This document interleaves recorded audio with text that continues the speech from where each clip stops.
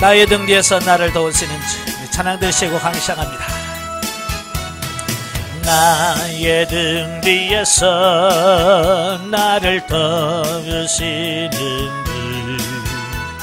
나의 인생 길에서 지치고 고나여 매일처럼 주저한 곳 싶을 때 나를 밀어주시네.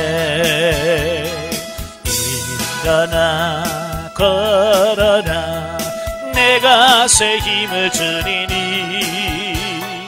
일어나 너 걸어라 내 나를 도우리.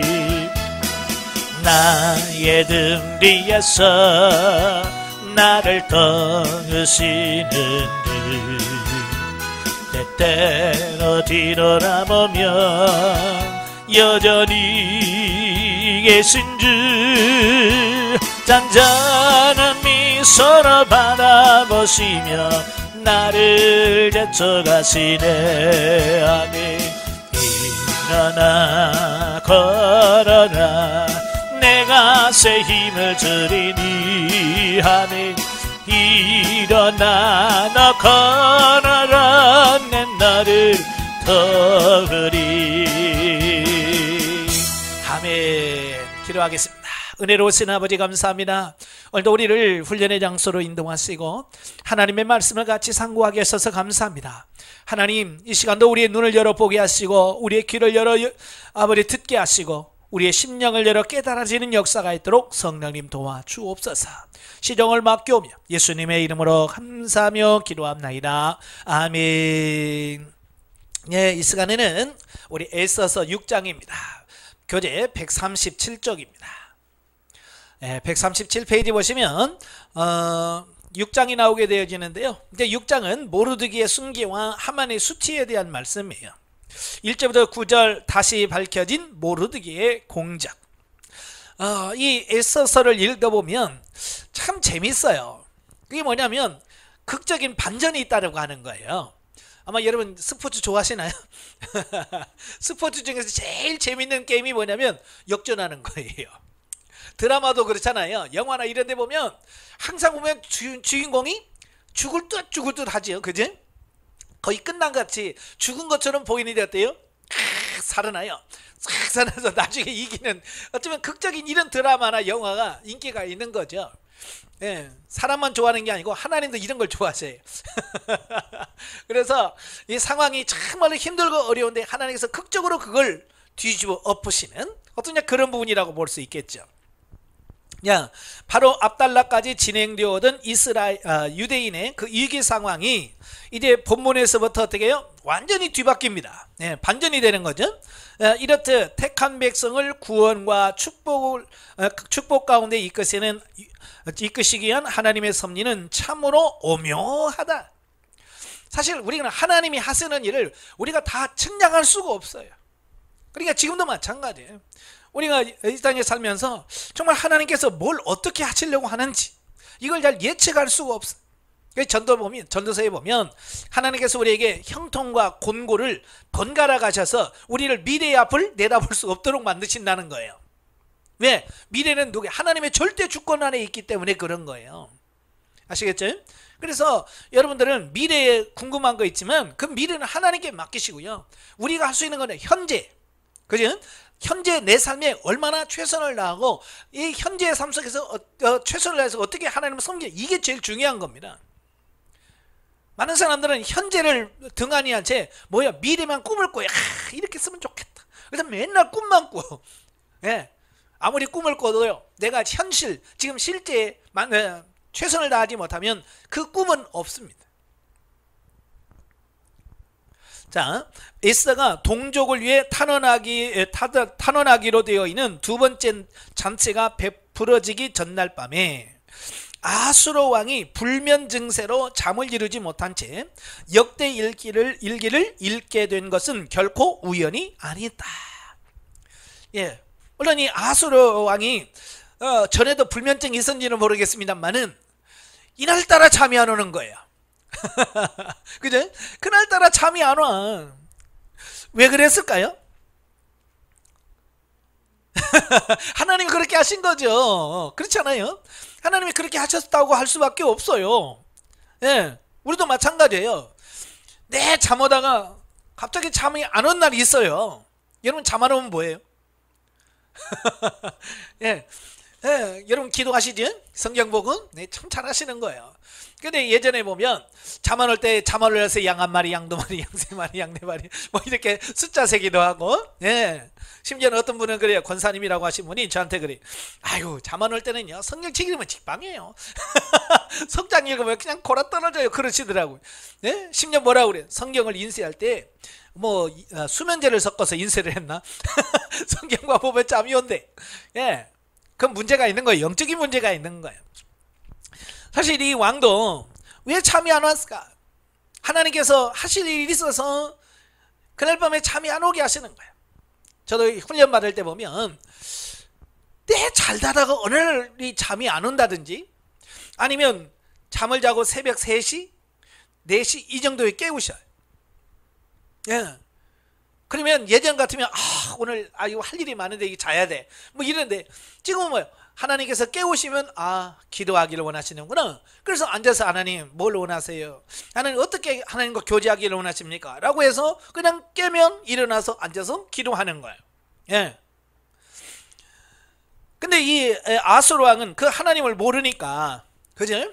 잠을 자려니 잠이 안 와요. 그러니까 부하들 괴롭히는 거죠. 야, 역대일기 가져와봐라.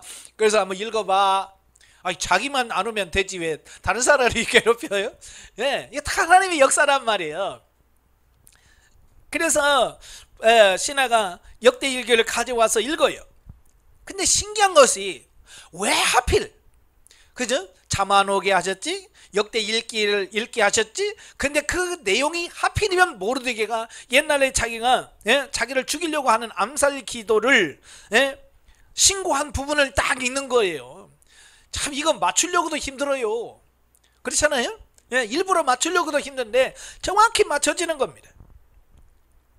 비록 아수에로는 자신은 깨닫지 못했을지라도 유대 백성들을 구원하시기 위해서 하나님께서 그로 하여금 그날 밤 잠이 안 오게 하시고 역대 일기를 읽게 하시고 그 일기 중에서도 반역 사건을 적발한 모르드게의 공적을 읽게 하셨다라는 겁니다. 누가 하셨다고요? 하나님이 하셨다.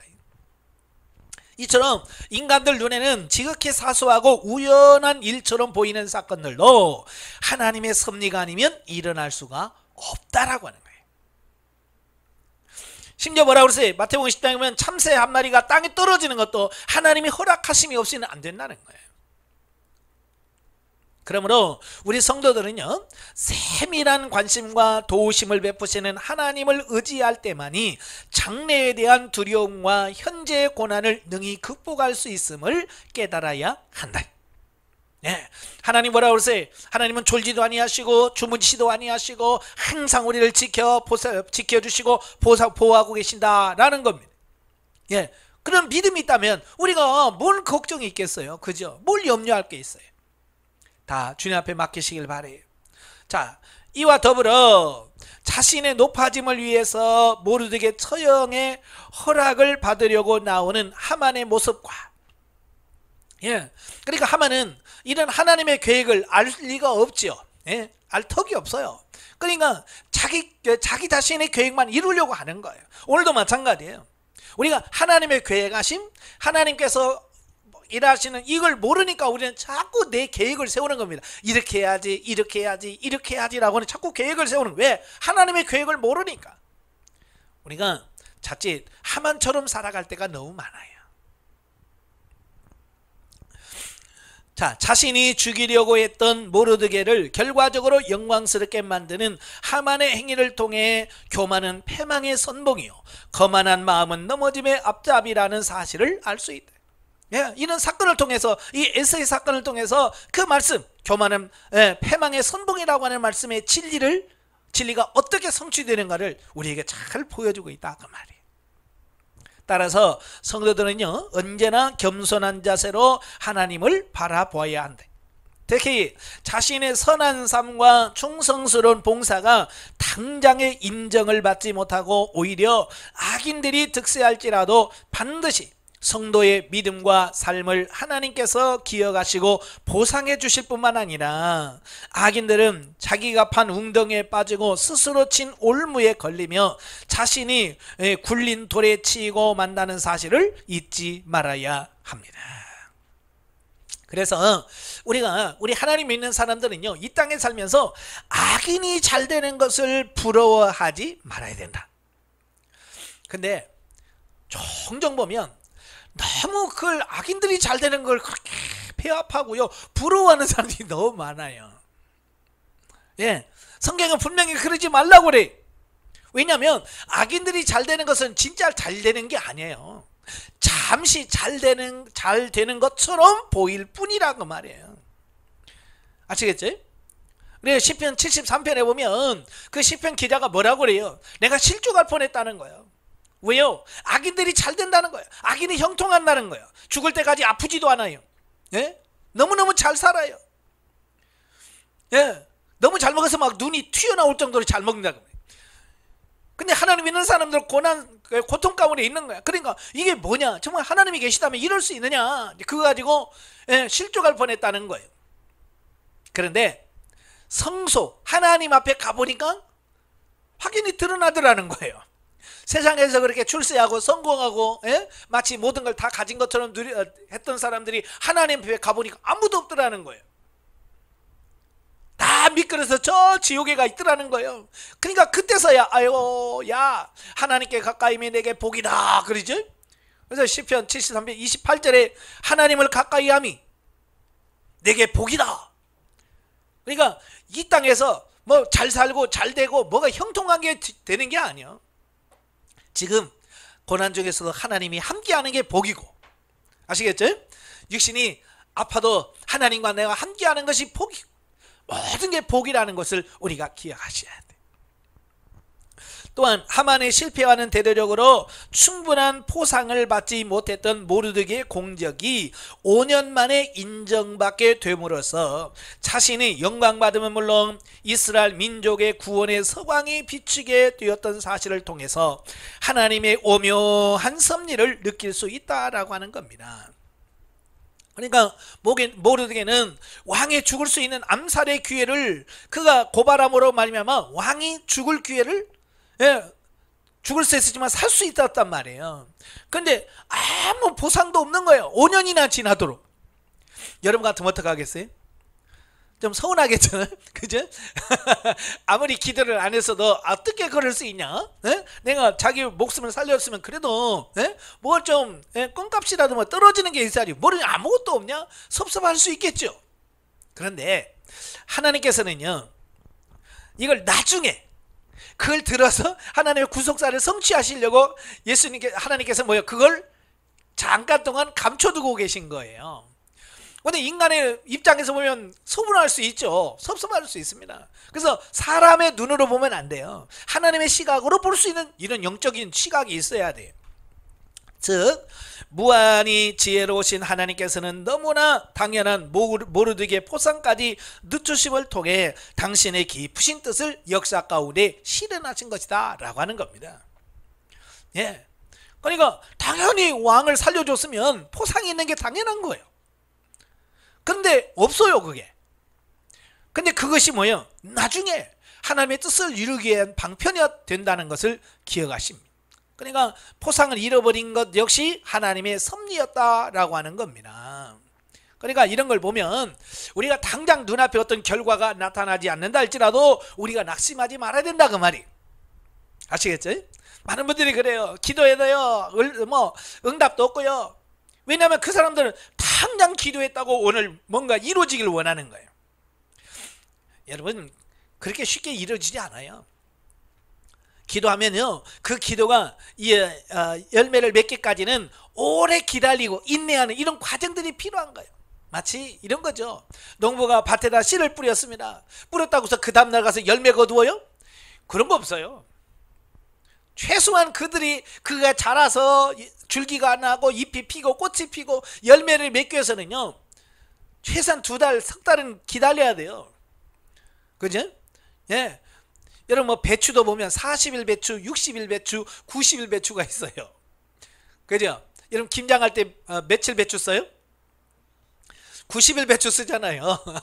그죠? 왜냐면 90일 이상이 돼야 이 배추가 소금에 절여도 물러지지 않고요.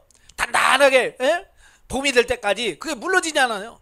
만약에 근데 그걸 90일 채우지 않고 일찍 이걸 수확을 해버리면 그게 물러요. 김장에 물러. 마찬가지예요. 때가 있어요. 때가. 근데 우리는 너무 조급하다가 말이에요. 그 조급함을 내려놓는 것이 그게 뭐냐? 영성이에요. 그래서 제가 늘 그러잖아요. 성질 급하면 항상 영성하면서는 손해본다. 예. 그래서 성격이 좀 무다한 거죠. 무딘 사람이 어찌 보면 영성이 잘 되는 경우가 많아요. 왜요? 그분들은 잘 기다려.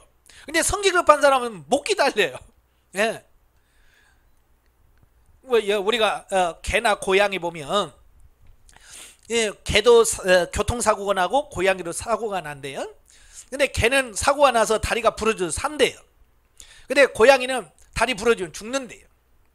왜냐면 고양이는 성질이 급해가지고 그걸 극복을 못한다는 거예요. 예. 그래서 무슨 사고 날 수 있어요. 근데 그러나 그것이 그걸 통해서 좀 차분하게 좀 하면 살 수 있단 말이에요. 좀 느긋한 이런 마음을 달라고 여러분 기도하셔야 돼요. 특별히 성질 급하신 분들은 꼭 기도 많이 하셔야 돼요. 주님, 내 성질을 좀 죽여주세요 하고. 아시겠죠? 예. 10절부터 14절까지 보면 상급을 받는 모르드게와 수치를 당하는 하만. 자, 보면은 스스로 자신을 높이던 하만은 낮아지고 묵묵히 기도하며 자신에게 주어진 일을 하던 모르드게가 가시적으로 높아지는 반전의 사건이 등장을 합니다. 그러니까 앞단락에서 살펴본 바와 같이 자기 착각 속에 빠져 모르드게를 높이는 역할을 자처하게 된 하만은 아수에로 왕의 명령에 따라 모르드게가 탄 말의 고삐를 잡고 성 안의 거리를 다니며 모르드게의 공적을 칭송하는 일을 떠맡을 수밖에 없었다라고 하는 거예요. 그러니까 반전도 이런 반전이 없는 거예요. 예. 지금 모르드게는 뭐 했어요? 자기 집에다 장대를 걸고요. 지금 모르드게 죽이라고, 죽이겠다고 왕한테 지금 허락받으러 가는 거예요. 근데 하나님께서는 반대로 어떻게 했어요? 자기가 죽이려고 했던 모르드게를 하나님께서 확 높였어요. 왕이 그러잖아요. 야, 내가 누구를 높여주려고 하는데 어떻게 하면 좋겠냐라고 말하잖아요.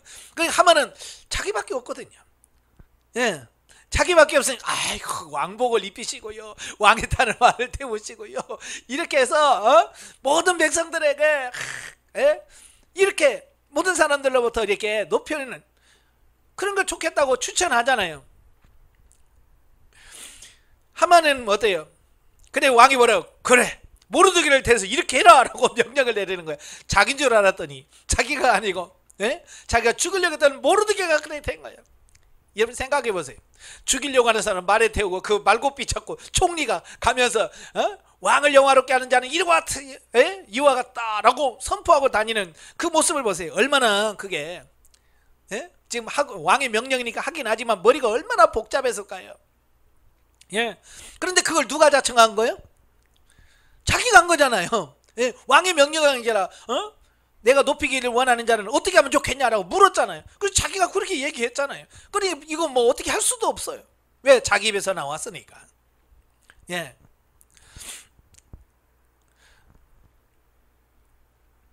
이와 같은 수치를 당하는 하만은 번뇌하며 집으로 돌아온 후에 즉시 주의 사람들에게 자기의 사정을 하소연했지만 더 이상 그들은 하만에게 아부하는 말을 하지 않습니다.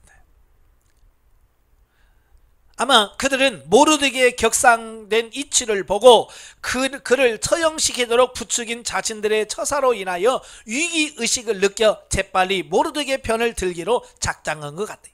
그러니까 하만이 갔다 와서 그 얘기를 쭉 하는 거예요. 내가 오늘 이런 일이 있었다라고 하면서 이야기를 하니까 그 옆에서 빨리 뭐 제비를 뽑으시고요, 죽이시오 막 이렇게 했던 사람들이 싹 가버리는 거예요. 참 이게 뭐냐면 사람들은요 이 이해관계에 대해서 굉장히 예민합니다. 자기가 이익 보느냐 손해 보느냐 여기에 얼마나 빠른지 몰라요. 그래서 자기가 이익 될 것 같으면 앞에서 사바사바 하지요. 근데 자기가 손해 볼 것 같으면요 진짜 얼굴 몰수합니다. 안면 몰수예요. 예. 그래서 이미 그 많은 하만 옆에 있던 사람들이 뭐요? 하만의 말을 듣는 순간 뭐요? 이미 대세는 기울었다. 이걸 아는 거예요. 그러니까 싹 도망가 버리는 거예요. 우리는 이런 내용을 통해서 하나님께서는 성도들을 푸른 초장과 실만한 물가로 인도하시며 원수의 목전에서 상을 베푸시는다는 사실을 교훈받을 수 있다. 그래서 우리는 이 사람의 눈치나 또 이해관계에 따라서 사람을 대하는 그런 삶을 살면 안 돼요. 아시겠죠? 특별히 목회하면서 내게 조금 이익이 될 것 같은 사람은 막 해주고, 헌금도 안 내고 그런 사람들은 막 이렇게 하고, 그거 안 돼요. 그런 건 절대 있어서는 안 되고요. 이런 사람이나 저런 사람이나 잘하는 사람이나 못하는 사람이나 한결같이 다 사랑하고 그를 끌어갈 수 있는 그런 마음이 있어야 돼. 자, 영적에 봅니다. 에서는 자신이 왕비가 된 후 공경에 처한 친척과 백성들의 고난을 모른 채 하며 삶의 권력과 풍요에 빠져 살지 않고 민족적 위기 앞에 신변의 위험을 무릅쓰고 죽으면 죽으리라는 결단으로 백성들의 목숨을 위해 자신을 내던졌다. 어찌 보면 이 에스더의 모습이 오늘날 목회하는 우리들의 모습이 돼야 돼요. 성도들이 어려움 당하고 힘들 때 정말 내가 대신 죽겠다, 내가 그를 위해서 내가 대신 고난을 지겠다라고 하는 어떤 이런 마음, 이런 각오가 되어 있어야 우리가 목회를 할 수 있는 거예요. 그래서 정말로 교인들 가운데, 성도들 가운데 몸이 아픈 성도가 있다면, 죽음의 순간에 있는 그 성도들이 있다면 하나님께서 뭐라고 기도해야 되겠어요?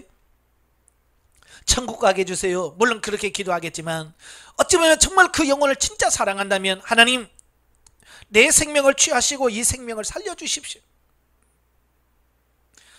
자기 생명을 걸 수 있을 만큼 성도를 사랑하네.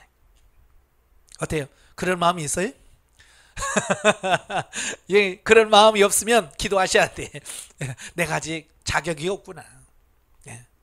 저도 목회하면서 이것 때문에 고민 많이 했었거든요.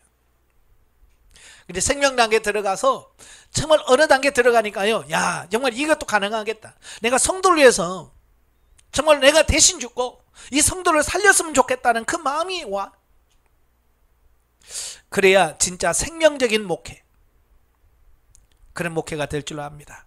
즉 오늘날 우리들도 각자 그리스도의 정결한 신부로서 영적으로 아름답게 단장하게 되면 그때부터는 자기 자신을 위하여 살아가는 것이 아니라 자신의 영화에 얽매이지 않고 자신의 유익을 구하지 아니하고 믿음의 형제들과 이웃을 자신의 몸과 같이 사랑하며 헌신하며 희생하게 될 것이다.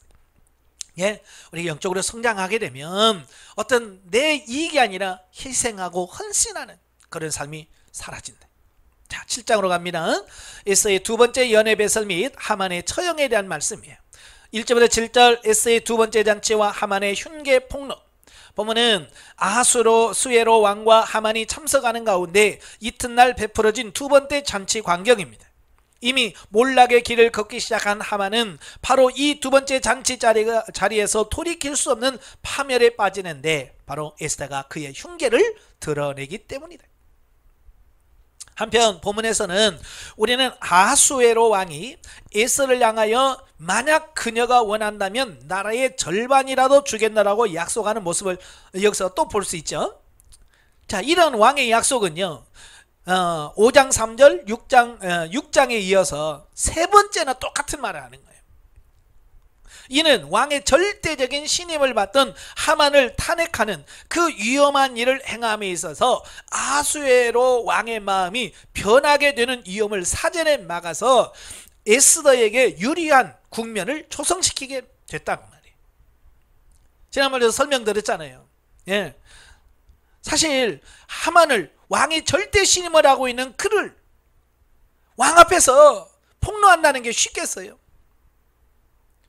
어려워요.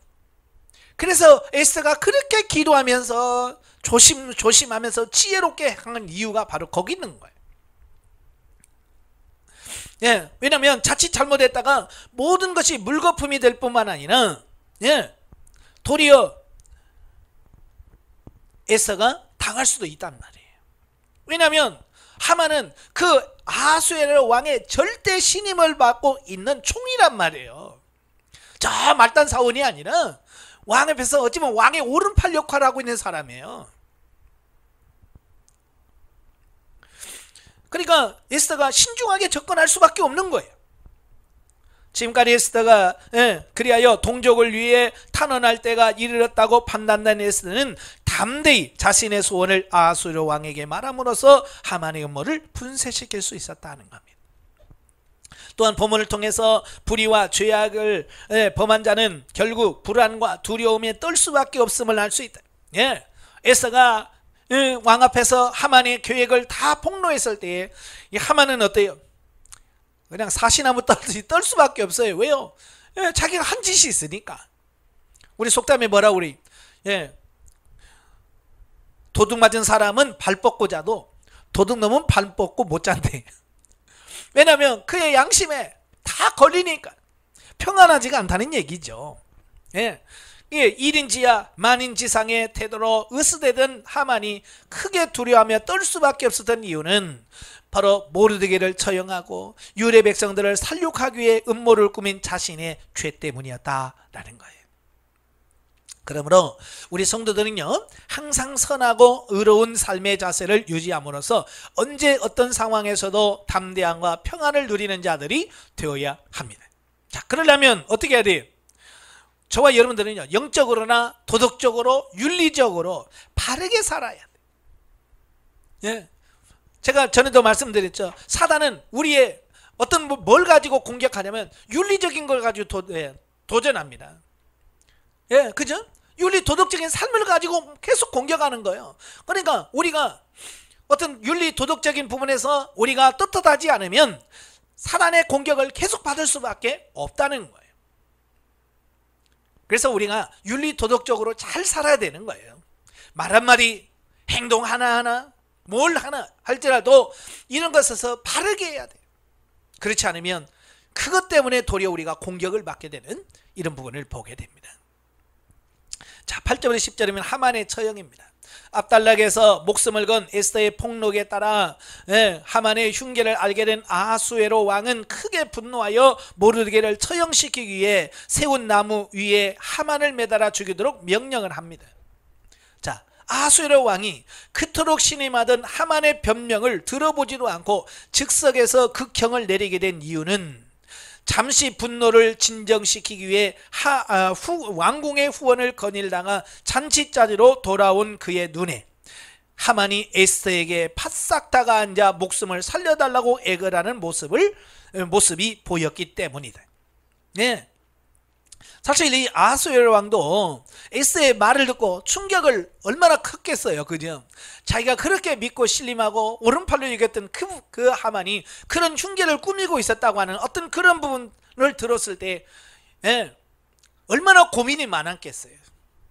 얼마나 갈등이 많겠어요.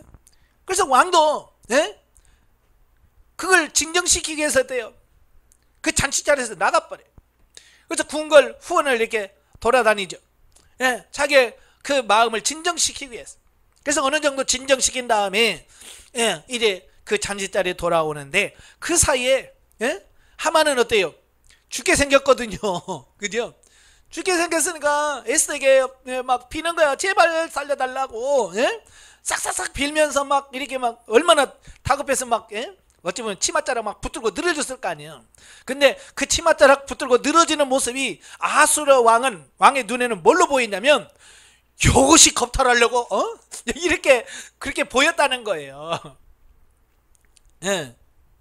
그러니까 그와 같은 하만의 모습을 아수르가 감히 그가 에스더를 강간하려고 덤벼드는 줄로 오해하여서 더 이상 그의 변명 따위는 들어볼 필요도 없이 극형에 처하도록 만드는 이 부분을 보게 됩니다. 이처럼 악인의 불의한 시도는 결국 하나님의 공의로우신 개입으로 인하여 허사로 돌아가고 맙니다. 그러니까 악한 사람들이 아무리 꾀를 내도 하나님이 하시면 하나님이 이길 장사 없어요. 유대인들을 모조리 살육하려던 음모는 물론이고 미리 모르드게를 처형시키려던 하만의 계획은 산산조각이 나고 말았으며 심지어 에스더에 매달려 자신의 목숨을 부지하려던 마지막 시도마저도 숲으로 돌아가는 것이 이러한 사실을 잘 보여줍니다. 따라서 성도들은 이 세상에서 때때로 악인들이 득세하는 것처럼 보일지라도 지금 세상에 보면 그런 게 너무너무 많이 보여요. 그죠? 세상이 불공정하고 불공평하고 죄진 사람이 잘 먹고 잘 사는 거, 사기치는 사람이 잘 되고 성공하는 것처럼 보입니다. 그것은 잠시 잠깐뿐이다. 우리가 뉴스를 통해서 늘 듣잖아요. 잘 나가던 사람이 어때요? 그 망하는 모습들을 자주 보잖아요. 그죠? 그래서 결국에는 하나님의 공의로우신 심판에 의하여 의인들이 승리하게 됨을 믿고 담대함으로 하나님의 뜻을 따라야 한다. 그래서 저와 여러분들은 악인이 잘 되는 거 보지 마시고요. 우리는 하나님 앞에 하나님 우리가 어떻게 하기를 원하십니까? 이 상황 속에서 어떻게 살기를 원하십니까? 라고 주님 앞에 기도하면서 그죠? 하나님의 바로 선을 우리가 되어야 해요. 8장으로 갑니다. 유대인 구원을 위한 조서와 면류관을 쓴 모르드게. 1절과 2절은 모르드게 영전 하만의 처형으로 대반전이 이루어진 사실이 기록된 전장에 이어서 본장은 유대인의 지위가 공고히 되는 실제적 조처들이 기록되어지고 있습니다. 그 가운데서 보면은 아수에로 왕이 하만의 재산을 몰수하여 에스더에게 하사했고요. 또한 모르드게로 하여금 하만의 지위를 물려받도록 조처하였는데 이는 모르드게가 반역 사건을 적발하여 자신의 생명을 지켜준 공로 때문이기도 했지만 그가 왕후 에스더의 사촌 오빠라는 사실을 비로소 알게 되었기 때문이다. 그러니까 이 사실을 알게 된 아수에로 왕도 깜짝 놀랐을 거예요. 왜요? 왜냐하면 왕후가 되면요, 그렇잖아요. 왕후가 되면 그래도 식구들 챙기고 친척들 챙기고 자 그러는 게 보통이거든요. 그렇잖아요. 아마 여러분도 그러죠. 높은 자리에 올라가면 누구 챙기겠어요? 아무래도 내 형제 챙기고 그렇잖아요. 그죠? 친구 챙기고 이게 사실이에요. 근데 에스더는 그가 왕후가 됐어요. 왕후가 됐는데요, 심지어 자기를 그렇게 부모처럼 기르고 양육시킨 그 모르드게가 있음에도 불구하고 모르드게에게 아무것도 준 게 없더라 그 말이에요. 그러니까 세상 이치와 뭐요? 너무 다르게 사는 그 모습에 놀랄 수밖에 없어요.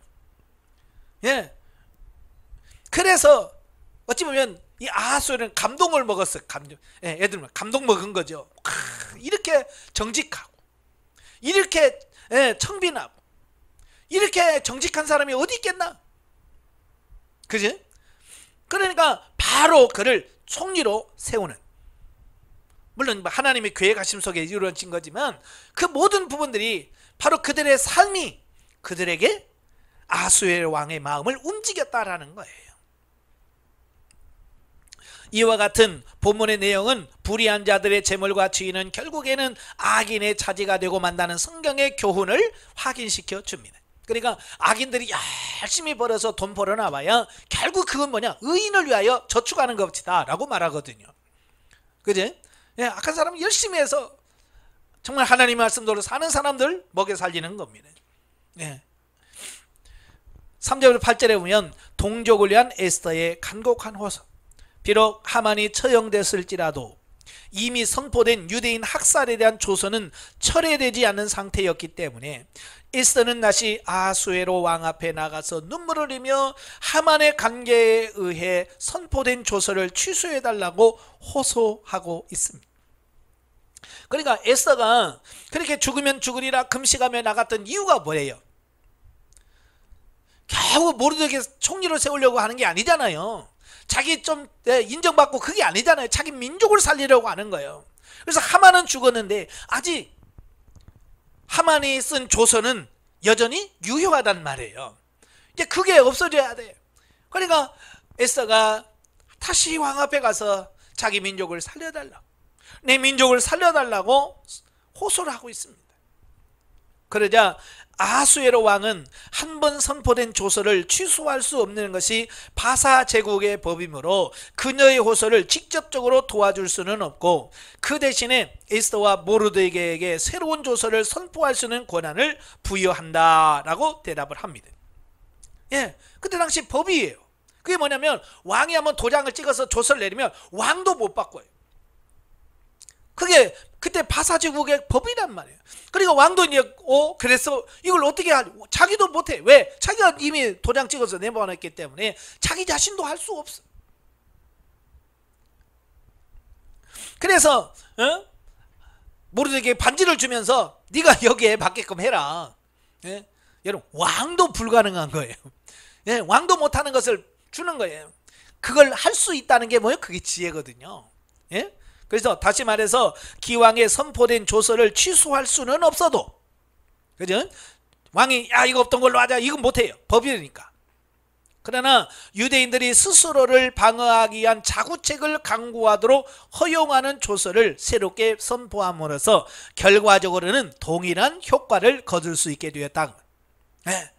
그러니까 겉으로 보면 도무지 불가능한 거예요. 왜? 왕의 선포는 바꿀 수가 없기 때문에.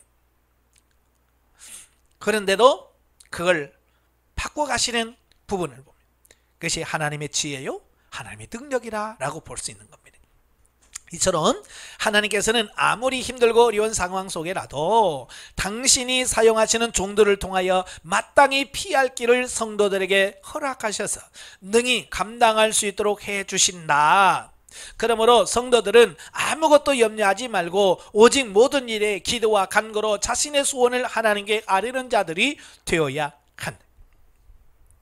예, 그러니까 어떤 상황이 왔을 때 우리는 어떤 실수를 많이 하냐면 우리 머리를 자꾸 굴려요.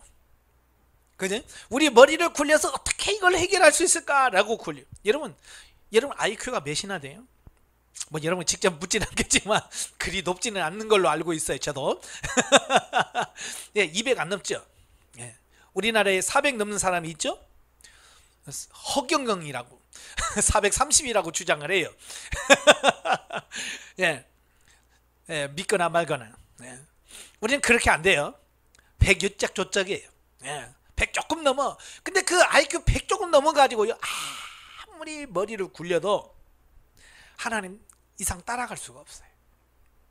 그래서 우리가 머리가 좋아도 늘 하나님 앞에 기도하면서 하나님 어떻게 할까요? 하나님의 지혜를 구해야 돼. 너희 중에 누구든지 지혜가 부족하거든 꾸짖지 아니하고 후히 주시는 하나님께 구하라. 그래야만 주시리라 그랬어. 그래서 우리는 항상 머리 굴려서 하려고 하지 말고 하나님께 기도하면서 좀 하려고 하셔야 돼. 아시겠죠? 그래서 하나님, 주님 지혜를 주세요. 이건 어떻게 해야 됩니까? 어떤 문제가 있어요. 주님 어떻게 이걸 하기를 원하십니까? 라고 하나님께 물으면서 주님께서 주신 지혜로 문제를 풀어가는 우리가 돼야 됩니다. 아시겠죠? 또 우리는 환경을 보고 미리 포기하는 경우가 참 많이 있거든요. 그런데 환경 보고 미리 포기하지 말고 하나님의 뜻이라면 끝까지 견디고 인내함을 통해서 또 하나님께 주신 지혜로 이겨나가야 될 줄로 믿습니다. 자, 9절부터 14절 유대인들을 위한 새 조서. 아하수에로 왕의 위임을 받은 에스더와 모르드게는 바사 제국 전역에 새로운 조서를 선포합니다. 그 내용은 유대인들을 일제히 살려하기로 예정되어 있는 12월 13일 하루 동안에 유대인들이 자위권을 행사하여 대적들과 맞서 싸울 수 있도록 허용하는 것을 골자로 하고 있다라고 하는 겁니다. 결국 이와 같은 새 조서로 인해서 유대인들을 학살하고 그 재산을 약탈하기로 마음먹고 있던 자들은 자신의 계획을 포기할 수밖에 없었다라는 겁니다. 그러니까 하만이 조서를 내는 게 뭐예요? 이날 유대인들을 다 죽이고 그의 가진 거 다 뺀다는 임자다 이랬거든요. 예? 그러니까 얼마나 많은 사람들이 그날을 기대했겠어. 야, 유대인들 저건 내 거다. 사실 유대인들은요, 예나 지금이나 유대인들은 부자들이 많아요. 그죠?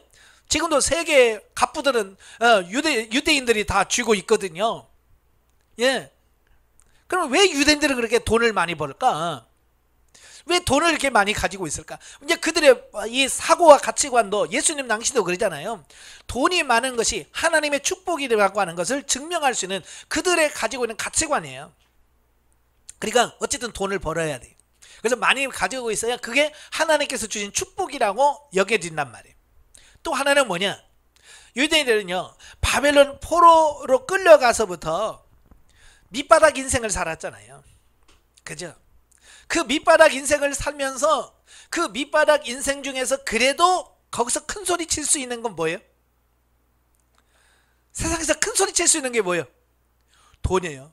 그러니까 어찌 보면 유대인들은요, 그 노예로 끌려가서 포로로 끌려가서 살면서 그 포로에서 다른 사람들로부터 무시당하지 않고요, 그 방법이 뭐냐? 돈밖에 없다는 거예요.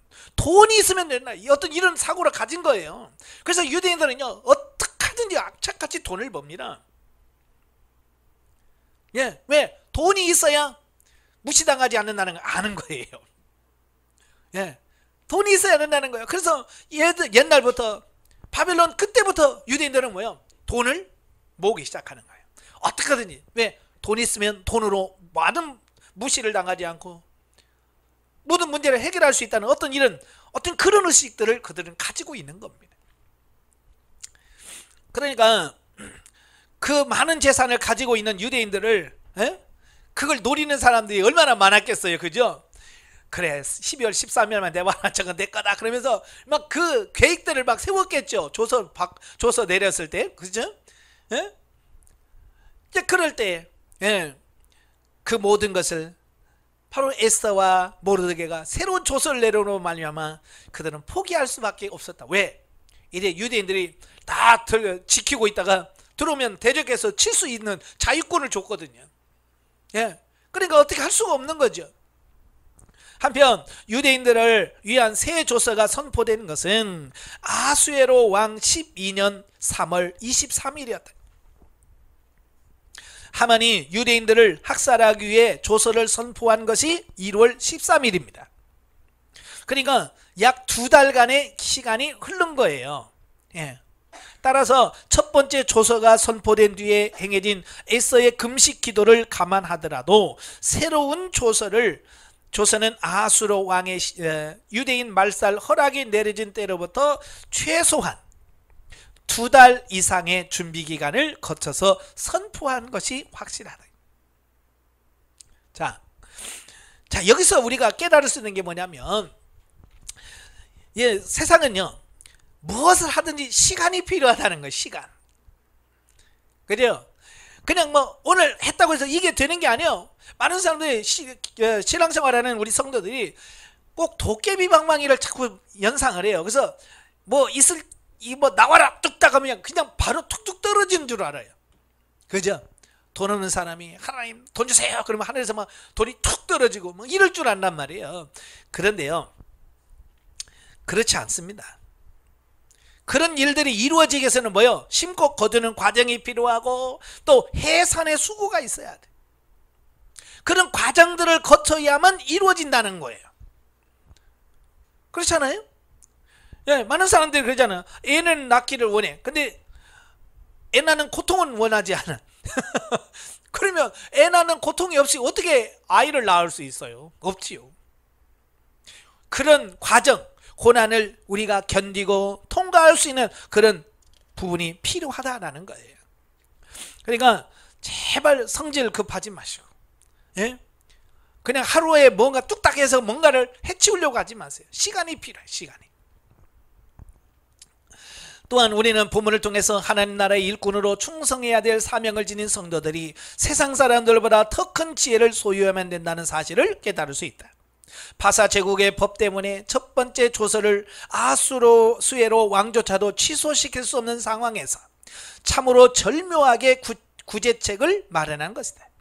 그러니까 왕도 위신을 세울 수 있고 또 유대 민족도 구할 수 있는 이 묘책이 어디서 나와요? 기가 막힌 지혜에서 나오는 거예요.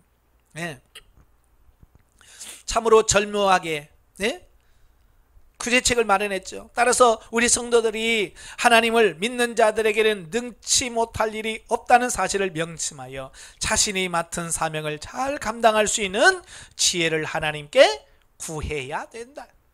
우리 목사님들은요 특히 지혜가 필요해요.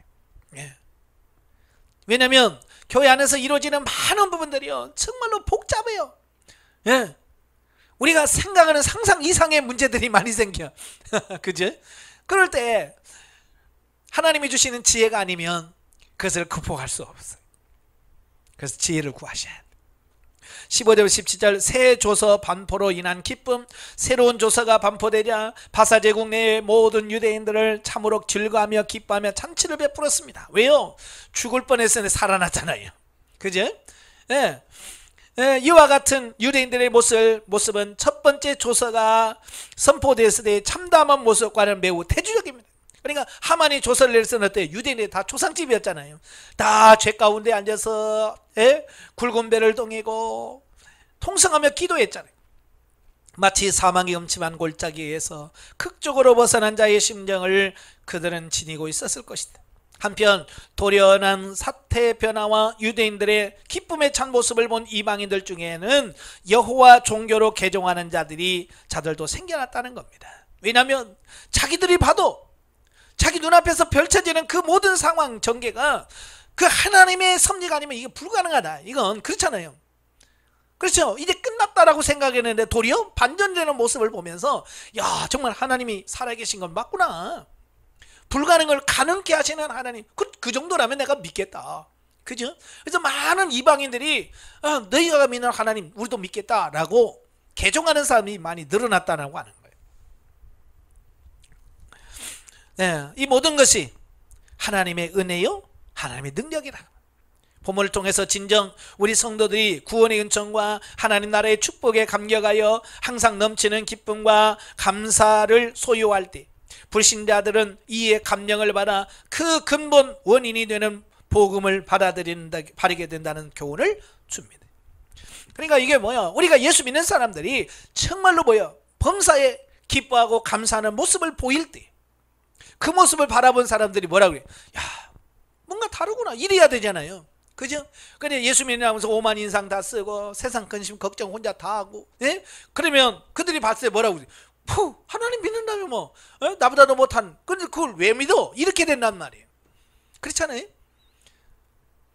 그래서 우리가 어떤 상황에서도 감사하고 기뻐하고 어떤 그런 모습을 보여줘야 되지 않겠어요? 영적에 봅니다. 죽으면 죽으리라고 하는 믿음의 각오로 하나님께 부르짖을 때 하나님께서는 에스더와 모르드게 그리고 유다 백성들에게 닥친 급박한 상황을 급반전시키셨다. 하나님 앞에서 포기하는 자는 반드시 구원을 얻는다. 기적은 언제나 자신을 버릴 때 나타나는 것이다. 왜 그런데 우리의 삶 속에서는 왜 이런 기적들이 나타나지 않을까? 왜 안 나타날 것 같아요? 죽어야 사는데 그죠? 죽지 않으니까 살아날 일이가 없지요. 에스더는 죽으면 죽으리라 그래야 사는 역사가 나타나는데 누가 죽으면 죽으리라 그래? 누가? 안 해? 살려고만 하는 거야. 살려고만 하니까 그런 기적이 안 나타나는 거야. 죽어야 돼. 아시겠죠? 예수님이 죽으시니까 부활이 있는 거예요. 예수님이 안 죽으셨다면 부활이 없죠. 그죠? 우리도 죽는 과정이 있어야 돼.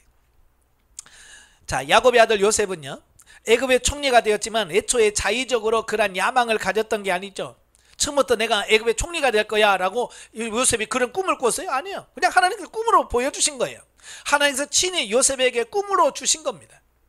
그런데 어린 요셉에게 일어난 일들을 육신적인 눈으로 바라보면 오히려 애굽의 종으로 팔려가는 상황부터 시작하여 총리가 된다는 가능성과는 거리가 멀었습니다. 또 요셉은 인간적으로 이해할 수 없는 상황 속으로 자꾸만 빠져들었습니다. 급기야 요셉은 보디발의 아내를 커탈했다고 하는 누명까지 쓰게 되어 장래를 기약할 수 없는 무거운 형량을 선고받고 궁중 감옥에 갇히게 됩니다. 자, 여러분 세상에 죄인들이 많잖아요. 죄인 중에서 파렴치범이라고 그러죠. 파렴치범. 그게 뭐예요? 성추행범이에요. 어디 가서도 너 뭔 죄졌냐? 나 성추행했니? 야, 인간아. 그러니까 같은 감옥에 들어가도요, 예, 사람 취급 못 받는 게 성추행범 이런 범들이거든요. 그러니까 정말로 요셉도 그럴 거 아니에요.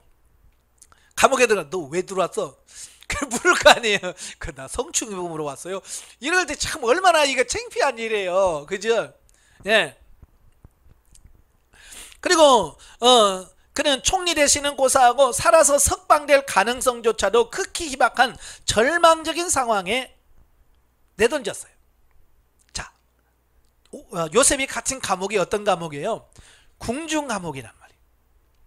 궁중감옥이라고 하는 것은 뭐냐면 왕의 감옥이에요. 왕의 감옥. 왕한테 잘못한 사람들 들어가는 감옥이에요. 그러니까 이건 들어가는 것도 왕이 저놈 감옥 보내, 그럼 보내고, 야, 걔 사면시켜라. 그러면 사면시키는 거예요. 이게 왕의 손에 달려 있는 거예요. 그러니까 왕의 재가가 없으면 그 안에서는 나 못 나옵니다. 그게 왕의 감옥의 특징이에요. 왕의 사인이 있어야 돼. 근데 사실은 그 궁정에 요셉이 있다는 걸 왕이 알아요, 몰라요? 몰라요. 왜? 보디발이 집어넣었거든요. 그렇잖아요. 그러니까 왕이 그의 존재도 모르면서 어떻게 그를 사면시키라고, 꺼내주라고 얘기했겠어요? 가능성이 없는 거예요. 어찌 보면 요셉이 그 감옥에서 나올 수 있는 가능성은 제로예요. 제로. 가능성이 없어요. 그래서 요셉은 뭐야? 하나님 앞에 기도할 수밖에 없었어. 왜? 가능성이 전혀 안 보였거든요. 그 술 맡은 관원장 꿈에 해주면서 당신 나가거든, 왕한테 해서 나 좀 구해달라고 좀 소망을 가졌죠. 그죠? 혹시라도 하루 기다려, 이틀 기다려, 2년이 돼도 뭐요? 소식이 없어. 왜? 하나님께서 어떻게 해요? 그 술 맡은 관원장이 머리에서 쥐어버렸거든요. 요셉의 기억을 쥐어버렸어요. 생각을 못하는 겁니다. 그것도 하나님이 하시는 거예요. 바로 여기에서 하나님의 일하심은 급격히 드러납니다. 유년 시절에 2번씩이나 꿈을 통해 장래일을 알려주시고 요셉에게 꿈 해몽하는 능력을 주신 하나님께서는 오랜 수감 생활을 하는 가운데 떡 굽는 관원장과 술 맡은 관원장을 만나게 하셔서 감옥에서 꿈 해몽하는 일을 하게 하시고 급기야는 바로 역사가 이루어진 것이다. 이와 같이 하나님께서는 택한 백성들의 영적 개발과 작정하신 뜻을 이루기 위해 인간의 역사와 운명을 주장하신다. 다 하나님이 하시는 거예요. 여러분도 마찬가지예요. 예? 여러분의 살아오는 모든 과정을 하나님께서 다 이끄시고 역사하셨다, 그 말이에요. 1절부터 16절 대적들의 진멸. 자, 앞장과 본장의 사이에는 이제 상당한 시간적인 차이가 있습니다. 그러니까 아하수르 왕 제12년 BC 474년 3월 23일에 새로운 조서가 선포된 뒤에 9개월 정도의 세월이 흘러서 드디어 유다 백성들과 그 대적들이 서로 격돌하는 운명의 날이 다가왔습니다. 자, 여기에서 본서는 이제까지 진행되어 온 유다와 그의 대적 간의 갈등과 긴장이 완전히 해결되는 절정에 다다르게 됩니다. 즉 정작 12월 13일이 되자 상황은 유대 백성들의 일방적인 승리로 귀착되기 시작합니다. 그래서 수산성에서만 500명의 대적들과 하만의 아들 10명이 유대 백성들의 공격으로 죽임을 당합니다. 그런데 이처럼 상황이 유대 백성들에게 유리하도록 전개된 이유는 바사 제국의 관리들이 새롭게 바사 제국의 제2인자로 등장한 모르드게의 명성과 지위를 의식하여 유대 백성들의 편을 들었기 때문이다. 그죠? 이제 그들도 관리들은 누구 눈치 봅니까? 위에 눈치 볼 수밖에 없어요. 그죠? 모르드게가 총리예요. 왕 다음 서열이 제2인자예요. 그런데다가 그 뒤에 누구가 있어요? 왕후까지 있어요. 그러니까 이 모르드게 뒤에는요 엄청난 백그라운드, 백이 있는 거예요. 그러니 그 밑에 있던 신하들이 눈치 보기 바쁘죠. 그죠? 여기서 잘못해서 유대인들의 눈에 나거나 모르드게 눈에 나갔던 자기도 죽을 수 있거든요. 그러니까 관리들이요 몸살이고 있는 거예요. 아무튼 12월 13일 하루 동안에 바사 제국의 전역에서 죽임당한 대적들은 모두 7만 5천 명이나 됩니다. 사실은 그 자리에 누가 죽었어야 돼? 유대인들이 죽었어야 돼요. 예. 제2차 세계대전 때 유대인들의 학살당해서 600만 명이 죽었잖아요. 그렇죠? 어찌 보면 이때 당시 이 7만 5천 명이 아니라 그 바벨론 그 바사 제국에 있는 유대인들이 다 진멸했어요. 그런데 그들은 살아나고 대적들이 도리어 죽었단 말이에요. 또 여기서 주목할 것은 대적들의 재산을 탈취해도 좋다는 조서의 내용에도 불구하고 유대 백성들은요 전혀 그렇게 하지 않았다는 점입니다. 예. 그들 죽이고 뺏어도 된다라고 조서를 내렸지만 유대인들은요 그들의 재산에는 손은 안 댔어요. 왜냐? 유대인들은요 대적들의 재산을 탈취할 경우에 자신들의 행위가 대적들의 부당한 공격에 맞서는 정당 방위로 인식되기보다는 탐욕에 눈이 어두워서 살인과 약탈 행위를 저지른 것으로 오해받을 것을 알았기 때문이다. 예. 그러니까 지금 유대인들이 대적들을 죽인 것은 뭐예요? 그들의 재산이 탐나선 게 아니에요. 자기 생명을 지키고 자기를 지키기 위한 어쩌면 정당 방위예요. 그런데 그들의 재산을 훔쳤다? 뺏었다? 이건 뭐예요? 그 정당 방위의 어떤 당위성이 무너지는 거예요. 그래서 그들은 뭐예요? 우리는 내 생명을 지키기 위해서 한 거지 우리는 이런 재물을 얻으려고 한 게 아니다 라고 해서 사람들로 하여금 뭐예요? 자기들의 정당성 이걸 말씀하려고 했다라고 하는 거예요. 오늘 우리도 마찬가지예요. 예. 누굴 도와주면서 그죠? 어려운 사람 도와주면서 그가 가지고 있는 돈을 가져간다. 많은 사람들이 뭐라고 생각하겠어요? 정말 사랑으로 섬기는 게 아니고 뭐예요? 그 물질이 욕심나서 그렇다라고 보는 거잖아요. 그지? 그러니까 우리 복지사역 하시는 분들 많잖아요. 우리 목회자 중에서 이 복지사역 하신 분들이 많아요. 그래서 장애인들 돌보고 또 뭐 노숙자 돌보고 참 얼마나 참 그 쉽지 않거든요. 저도 예전에 그런 사역 그런 시설에 가서 봉사도 하고 이문도 가고 그랬었는데 정말 쉽지 않거든요. 근데 그들은 그렇게 어려운 사람 도와요. 근데 그걸 취지를 무색해 하는 일들이 가끔 벌어지잖아요. 그죠? 그래서 장애인들에게 나온 장애수당 착취하고 막 인격적으로 막 하는 그런 모습들을 보면서 사람들이 뭐라고 그래? 저것들은 사랑으로 하는 게 아니라 돈 때문에 하는, 돈 바라보고 한다 이렇게 돼버리는 거예요. 오늘도 마찬가지예요. 목회하면서 성도들을 할 때에 정말로 사랑으로 해야지, 사랑으로 하지 않으면 사람들은 뭐라고 생각해요? 다 돈 때문이지 뭐 저거 뭘 바라고 하겠어. 그렇죠? 그럴 때 정말로 우리가 돈을 바라지 않고 정말 사랑으로 하는 것, 그게 나중에 나왔을 때 그래 어쩐지 그래도 교회가 낫다 이렇게 되어지는 거거든요. 그래서 우리가 어떤 이해관계 이걸 깨끗해야 돼요. 특별히 돈 문제만큼은 목회사에게서는 진짜 깨끗하셔야 돼요. 그리고 목회하면서 오해받을 짓을 안 하는 게 제일 좋습니다. 그죠? 오해받을 행동을 안 하는 게 제일 좋아요. 아무리 선을 뭐 행하더라도 오해받을 수 있거든요. 한편 아하수르 왕은 에스의 간청에 따라서 12월 14일에도 수산성의 유대인들이 대적들을 진멸할 수 있도록 허용함과 아울러 이미 시체로 변한 하만의 아들들을 자기 아버지와 마찬가지로 나무 기둥에 매달도록 허락함으로써 대적들을 완전한 파멸에 처해지고 말았다라고 하는 겁니다. 그러니까 이건 뭐예요? 하나님을 대적하고 유대인을 대적하는 결과가 이렇다. 그걸 모든 사람들에게 만민에게 보여주는 거잖아요. 그러니까 그걸 보고 나서 누가 감히 유대인들을 건들겠어요? 못 건들죠. 그건 하나님께서 하신 거예요. 자 17절에서 32절까지 보면 이제 불임절의 제정이죠. 자 보면은 대적들을 진멸하고 극적인 승리를 거두게 됨을 기념하는 불임절을 제정한 사실을 기록하고 있습니다. 즉 지금까지는 본서 저자가 불임절의 기원을 설명하기 위해 이야기를 전개해 왔다면 여기에서는 죽음의 위기에 처한 유대인들을 지키신 하나님의 역사하심을 기리는 불임절의 의의와 준수 방법에 대하여 언급을 하고 있습니다. 한편 유대인들은요, 이 날을 기념해서 기쁨이 넘쳐. 왜 그럴까요? 죽다 살아난 거잖아요. 그죠?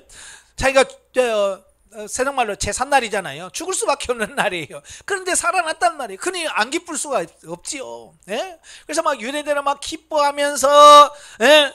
서로 선물을 주고받으면서 가난한 자들에게 있는 걸 굳이, 왜? 지금 자기가 가지고 있는 게 뭐예요? 다 빼앗길 거잖아요. 그죠? 목숨도 주고 자기 모든 거 다 착취하고 다 빼앗길 거야. 근데 어때요? 그걸 다 가지고 있었다 그 말이에요.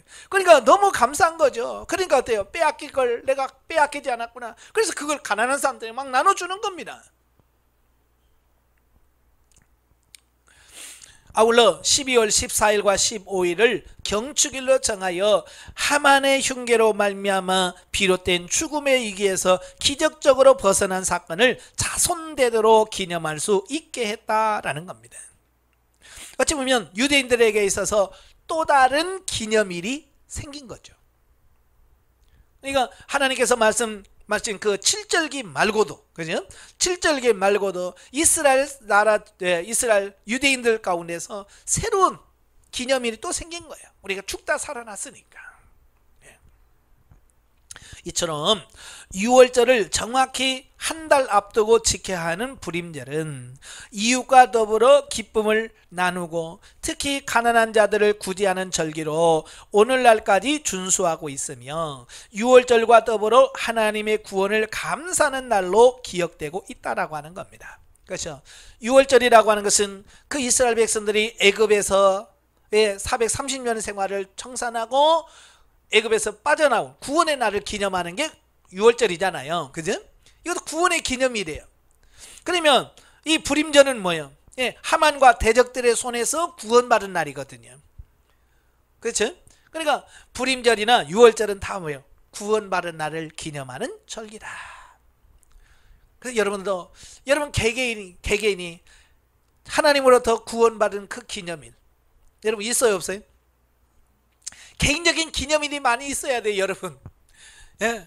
그래서 지켜야 돼요. 그래서 내가 거듭남을 경험한 날, 또 내가 하나님의 은혜를 경험한 날, 또 내가 영성훈련을 받은 날, 뭐 이런 거 있잖아요. 이런 걸 늘 기억하면서, 예? 늘 또 이날 하나님께서 이렇게 나를 인도하셨구나. 그래서 늘 감사하면서 내 신앙과 내 믿음을 지켜가는, 이게 중요하다 그 말이에요. 자, 10장으로 가지요. 모르드게의 존귀와 유대 백성의 안위. 1절에서 3절 모르드게의 존귀와 유대 백성의 안위. 자, 본문에는 아수르 왕의 행적과 모르드게의 존귀해진 모습을 간단하게 소개하고 있습니다. 그리하여 당대 최고 권력을 휘두르던 바사 제국의 왕 역시 하나님의 백성을 존귀하게 만들기 위한 주님의 도구에 불과했다는 사실을 보여주고 있습니다. 예, 그러니까 이런 것을 보면서 역사의 주인공이 누구냐? 많은 사람들은 아수에로가 역사의 주인공이라고 생각할 거예요. 왜? 그 바사 제국의 왕이니까. 그러나 아수르가 주인공이 아니라 하나님의 백성들이 주인공이었다는 것을 기억하셔야 돼요. 오늘날도 마찬가지입니다. 오늘날도 보면 뭐 대통령이 있고 국무총리가 있고 뭐 다 있죠. 그죠? 그들이 어찌 보면 우리나라의 주역이고 주인공이라고 할 수 있어요. 그런데 하나님 영적으로 보면요, 그들이 주인공이 아니에요. 오늘 저와 여러분, 하나님 있는 하나님의 백성들이 역사의 주인공이라고 하는 것을 기억하십시오. 아시겠죠? 그래서 여러분들이 주인공답게 사는 것이 중요한 거예요. 그죠?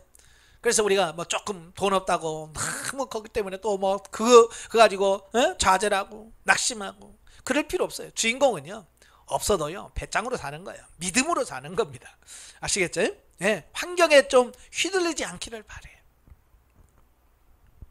아울러 포로 신분의 모르드게가 마침내 존귀한 신분이 되어 동족의 이익을 도모하며 그 안위를 이룩한 것은 결국 예수 그리스도께서 육신을 입고 세상에 임하셔서 십자가에 죽기까지 하나님께 복종하심으로써 성도들의 유익을 도모하시고 참된 평안을 베풀어 준 사실을 연상하게 합니다.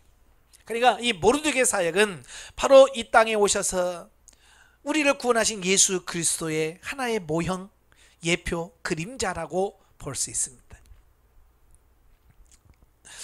자, 이렇듯 바사 제국 내에 남아있던 유대인들은 아수에로 왕과 모르드게, 에스더를 통해 역사하신 하나님의 구원의 섭리를 체험했다. 하나님은 당신을 버렸던 이스라엘을, 그 국간을 멸망시켰으나 한 번 택한 그 민족 자체는 남겨두기 위해 본서에서 나타나셨듯이 보아사 위기에서 구원하신 것이다 라고 하는 겁니다. 그러니까 이런 건 뭐예요? 하나님께서 우리를 택하신 백성으로 삼으셨잖아요. 그죠?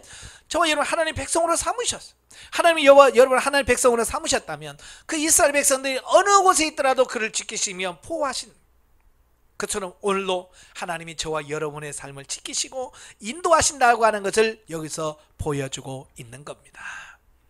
아시겠죠? 그래서 한편 시간과 공간을 초월하여 택한 자에게 베풀어 주시는 하나님의 보호는 성도들에게 장차 그리스도와 함께 왕노를 하게 될 날을 소망하면서 지금 자신에게 어떤 시련과 고통이 닥치더라도 오직 죽도록 충성하는 자들이 되어야 한다는 영적 교훈을 주고 있습니다. 네. 그래서 우리가 미래에 주님의 나라에 가서 우리는 하나님 나라의 왕으로서 그 많은 것을 누리고 살 그날을 바라보면서 이 땅에서 어때요? 여러 가지 힘들고 어려운 부분이 있을지라도 이 부분에서 넉넉히 이겨가는 여러분들이 되셔야 돼요. 예. 참 저도 예전에는 이 환경의 지배를 참 많이 받았어요. 예. 그래서 환경 때문에 늘 기도할 때는, 그래서 제가 뭐라고 고백했냐면, 하나님 눈 감으면 천국이에요, 눈 뜨면 지옥이에요. 제가 고백했어요. 그게 뭐냐면 눈 감으면 이 환경이 안 보이고 하나님만 보이니까 너무 좋은 거예요. 막 하나님 감사합니다. 막 그래요. 왜? 안 보이니까, 눈 감으니까. 근데 눈 딱 뜨고 아멘 하고 눈을 보면 현실이 보여. 현실. 그렇잖아요. 돈 없는 현실. 목회자에게서는 뭐예요? 예배 드리려고 딱 강대상에 섰는데 성도들이 없고, 그러면 이게 뭐예요? 아이고 내가 뭔가, 이게 또 그 상황 속에서 또 스스로 낙심하게 되고요. 자꾸 그래요. 그래서 제가 아이고 어디 눈을 감고 살아야 되나, 세상 안 보고 살아야 되나, 거기까지 갔어요 제가. 근데 세상 안 보고 살 길이 없더라고요. 그죠? 내가 맹인이 되지 않은 이상은 볼 수밖에 없는 거예요. 그런데 영적으로 성장하게 보니까 이제 눈으로 보이는 게 전부가 아니라는 거 아닐까요? 그죠? 눈에 보여지는 것이 전부가 아니라는 거 아니까 이제 뭐야? 환경 바라보지 아니하고 환경 뒤에서 역사하시는 하나님을 바라보니까 이제는 그렇게 모이는 숫자가 없어도 감사하고 살아가는 거야. 그래서 강의를 듣는 사람이 많든 적든지, 한 명이 오든 두 명이 오든 세 명이 오든 10명이 모이든 그게 보이는 것이 아니라 그저 하나님의 은혜가 감사하니까 똑같아. 한 명 온다고 해서 대충 하고, 뭐 2명 온다고 열심히 하고, 뭐 100명 온다고 막 땀 흘리면서 하고, 아니에요. 한 명이나 100명이나 똑같아. 환경에 휘둘리지 않고요, 환경을 지배하는 여러분 되시기를 바래요. 아시겠죠? 자, 영적에 봅니다. 아달월은 대적 하만이 페르시아의 온 유대인들을 살육하려고 제비를 뽑아 정한 날이다. 그러나 하나님께서는 오히려 유대인들이 자신들을 괴롭혔던 대적들을 쳐부수는 날로 상황을 반전시킴으로써 이 날의 의미를 완전히 뒤바꿔 놓으셨다. 그래서 유대인들은 이 날을 불임절로 지켰다. 마치 우리 민족이 일제 치하에서 해방된 날을 기념해서 8월 15일 광복절을 지키잖아요. 그죠? 그래서 유대 민족들은 에스더와 모르드게의 전기를 기념하고 페르시아 제국 내에 유대인들을 몰살시키려고 했던 그 하만의 음모를 격퇴시킨 일을 기념해서 불임절이라고 하는 절기를 만들고 이날 경축일로 계승하여 이스라엘의 주된 절기로 이어져 오고 있다라고 하는 것입니다. 자, 그러므로 오늘 우리 성도들도 하루하루의 삶은 이 세상에 살면서 날마다 원수 마귀와 더불어 싸워 이김으로써 참된 승리 생활을 누리는 경축일의 연속이 되어야 하고 하나님의 법대로 오래 참음으로 승리함으로써 모든 사람에게 사랑과 존귀함을 받는 사람이 되어야 한다는 교훈을 주고 있습니다. 예. 그래서 오늘 우리가 세상에 살고 있지만 지금 우리는 뭐예요? 영적인 지금 전쟁터에 살고 있는 거예요. 눈에 안 보여도 지금 사단은 끊임없이 우리를 공격하고요, 우리를 무너뜨리려고 하고 있습니다. 이럴 때 우리가 어떻게 해야 돼요? 우리가 어때요? 정신 차리고 근신하고 깨어 있어야 돼요. 예. 그래서 오늘 본문서에서 하나님의 보호하심은 이스라엘이 가나안 땅에서만 그 하나님의 보호하심이 있는 게 아니라는 거예요. 왜냐하면 이때는 지금 에스더의 배경이 뭐라고 그랬어요? 1차로 포로 귀환했잖아요. 537년에 귀환했어요. 약 5만 명 가까운 사람이. 그 뒤로 한 60년 70년이 됐어요.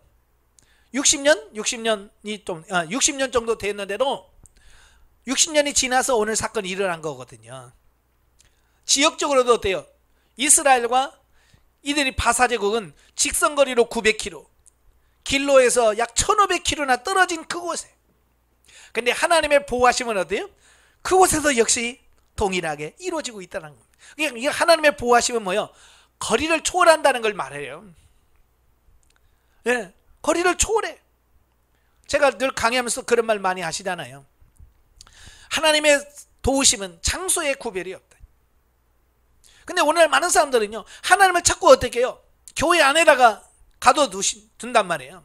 그래서 교회 안에는 하나님이 계시고, 교회 안에서 기도하면 하나님이 들으시고, 교회 안에서 뭐 하면 하나님께서 축복하셔. 근데 성도들은 교회 안에서는 그런데 교회 밖에 나오면 하나님이 없는 것처럼 느껴요. 이게 하나님과 별 상관없이 산다는 말이에요. 왜? 바로 이 에스더의 사건을 머리로 이해를 못해서 그래요. 가슴으로 믿지 않아요. 유대인들이요, 바로 이 하만의 사건이 있을 때 뭘 걱정했어요? 1차 귀환 안에서 예루살렘을 갔어야 되는데, 예루살렘을 안 가서 우리가 이런 고난을 당하는구나. 이제 우리는 죽었구나. 그렇게 생각하는 거잖아요. 근데 하나님 뭐라고 해요? 걱정하지 마라. 내가 예루살렘 멀리 떨어져 있는 너도 내가 보호하고 지켜준다.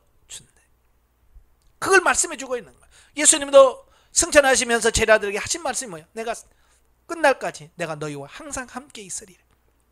하나님의 동행에 대한 말씀을 하고 있잖아요. 그 하나님의 동행하심은 거리, 이 모든 것을 다 초월합니다.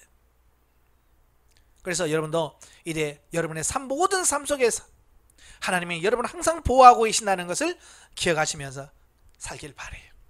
또 이 사건이 BC 474년에 일어난 거잖아요. 474년에 일어나는데요, 이 사건이 일어나고 나서 458년에 2차 포로 귀환이 일어납니다. 아시겠죠?